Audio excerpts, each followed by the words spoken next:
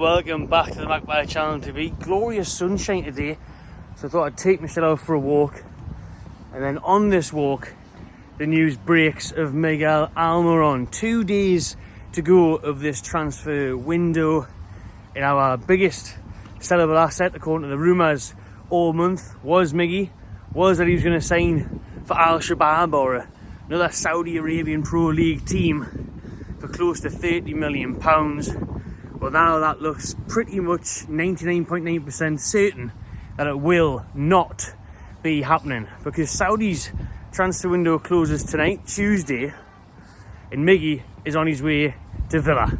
That's according to the Mail. They are saying that Almiron has travelled with the Toon squad for tonight's big game at Villa Park. Still isn't 100% fit after his illness, but he has travelled and he could feature for the Toon. I expect Jacob Murphy to start again, but he will be on the bench tonight, Almiron, for that trip to Birmingham. He's travelling with his teammates now who have left Newcastle for the game, for that awful 8:15 kick-off tonight.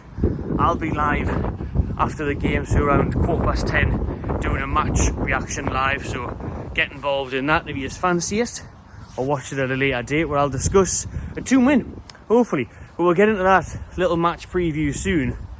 But in terms of Almiron, for me, I reckon he's rejected them. For me, I think Almiron has rejected the move to Saudi. It always seemed clear that Al-Shabaab were happy to put up the £25-30 million offer. Newcastle were happy to accept that for financial fair play reasons. That means if we did get that money in, then we could have went and signed somebody, midfielder, which is obviously what we're desperate for, a midfielder in the latter stages of this window. If Miggy had went today or last week, would have been better in terms of getting someone in. We would have had time to recruit a new midfielder, because we all know that we are craving one. With Joe Linton's injury, we only have 3 fit midfielders, so tonight, again, it will be Bruno, Longstaff and Miley, with maybe Travis on the bench again, the youngin that was on the bench for Fulham, or Joe White, who is meant to be travelling down there as well. Joe White, the Carlisle lad, 21 years old, played a bit in pre-season against the Rangers and that, didn't travel to America, and he was on loan at Crewe Alexandra, but we have recalled him because we've got anyone else. But good luck to him, hopefully he gets a chance, he shines. Obviously, we've seen Louis Miley shine this year. He's been one bonus out of the injury crisis and the Tonali ban, to see the emergence of Geordie Miley, who yesterday signed a new deal, so that was good. But on Almiron, I just think he's rejected him. I think, in my opinion, and you've heard other reports maybe saying, he doesn't fancy that move to Saudi Arabia this January. Maybe if it was the summer, he would have accepted it, where he would have had longer and more time to dwell over things and get organised and get that move sorted. But with his family at the minute, you've seen his missus with her face masks on and stuff, not well apparently. So it looks like it's not an ideal time to move at all for the Miggy family. And in January, this is the thing, that's why it's so hard to sign players in January, because clubs don't really want to sell, because clubs can't replace them, there's not much time. Players don't really want to move, because it's January, you've got Christmas, New Year, kids' school, all this sort of, it's just not ideal for anyone. And you've seen this January, listen, it's not just Newcastle that aren't doing business, it's everyone. Apart from Tottenham and West Ham, no one's signing anyone, really. It's been a really quiet, boring window where it's the least amount spent in a long time. But for me, I think the club would have accepted that offer for Almiron. I think he would have moved, and they would have reinvested that. But at the same time, that would have left us really light on the right wing, with only Murphy being our recognised right winger, and Matt Ritchie. So obviously Barnes coming back could allow him or Gordon to swap the other side, and Murphy being back now, I think that would have made sense, that move. But it's not happening to Saudi, at least. Let's see if anyone else fancies swooshing in for Miggy. In the last couple of days, he's clearly up for sale. It's looking unlikely now that he'll move. Well, definitely to Saudi, since their window shuts today. And he's going to be playing today, maybe, at least on the bench, you would have thought, for the trip to Villa Park. So, that trip to Villa Park then, awful bogey ground for Newcastle United. We never ever win at Villa Park. Not since 2013 anyways. Since Gouffran ran, scored.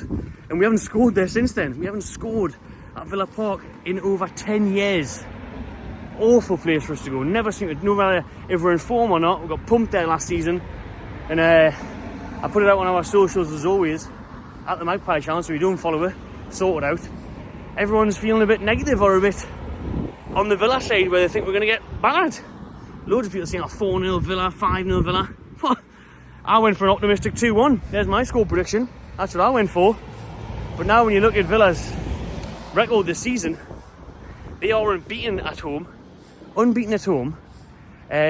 Scored the most home goals in the Premier League, and they have the joint best defensive home record in the Premier League with Liverpool. So when you see that, it's unsurprising that so many people are backing Villa. I wouldn't say snap your hand off now for a draw. Absolutely snap your hand off for it. Villa also have a few injuries. The sun's really bright, but trying to walk down here, but my arm's hurting now on this one. I've been walking for about an hour. I'm getting knackered. But Villa have got injuries as well. Dinya's missing, Buendia's missing. Obviously Mings is still missing from when he went off injured at St James's first game of the season. Bloody hell, that feels like a lifetime ago now. That, like, Tonali and Barnes scoring. What I would do for those days to be back. They've got a few other players doubtful, even Jacob Ramsey, who was linked to Newcastle United yesterday. So with a couple of players missing, they've still got a really good squad, though, and that record speaks for itself. You know, Unai Emery, good evening, doing a bloody good job over there in Villa Park. But Newcastle, it's only the same team pretty much that we're always used to. We're going to rely on Gordon, Isak to make things happen. Bruno on his 2-year anniversary. Come on, Bruno, get the goal, lad. Bruno Guimaraes, 2 years today since we signed him. It's fantastic for him to get a goal, but most importantly, we don't want him to get a yellow card because he's one away from a suspension. So how much of a nightmare would that be? Imagine that midfield now in the next game. If we don't sign someone against Luton on Saturday, our midfield will be like cheaper by the dozen. Kids everywhere. Travis, White, Miley. Obviously we've still got Sean Longstaff as it stands, but bloody hell, man. At least to be local, lads. Get the homegrown quarter up. My God. But tonight is going to be a tough game. Really tough against Aston Villa. They're a top team that are doing us from last season. They are us from last season this year, where they're pushing for Champions League unexpectedly. So it's going to be a really hard game. Listen, I'd love a draw. I'm still going to back that optimistic 2-1. Don't know what to make to say that. Just fancy it. But like I said, match reaction live after the full-time whistle. So tune into Magpie Channel TV then. Let us know your thoughts on Miggy. What do you think? Would you have sold him? Are you happy he's staying? I'm happy he's staying. At least I suppose at least he's staying. He does offer a lot of this team now. That right-hand side is really good with him, Trippier, Bruno, the triangles. More so last season, like. I haven't seen it that much this year, especially his goals. But Almiron, his work rate, he's very important to our style of play, I suppose. I think it's just because I'm so desperate for a midfielder, especially with Joelinton's injury, that we could have done with bringing someone in. But we'll see. There's still 2 days left of the window. Who knows? It's looking unlikely. But then again, we could spring a surprise like we did last year with Gordon, or we could try and get someone in on loan, because I know Hal will be sitting there uncomfortable at the thought of just these 3 midfielders fit at the moment. Yes, Willock and Anderson are returning, but when and can they stay fit is the big question. But more on that in the last day or so of the transfer window. Just watching, people. Subscribe to my channel TV and enjoy yourself.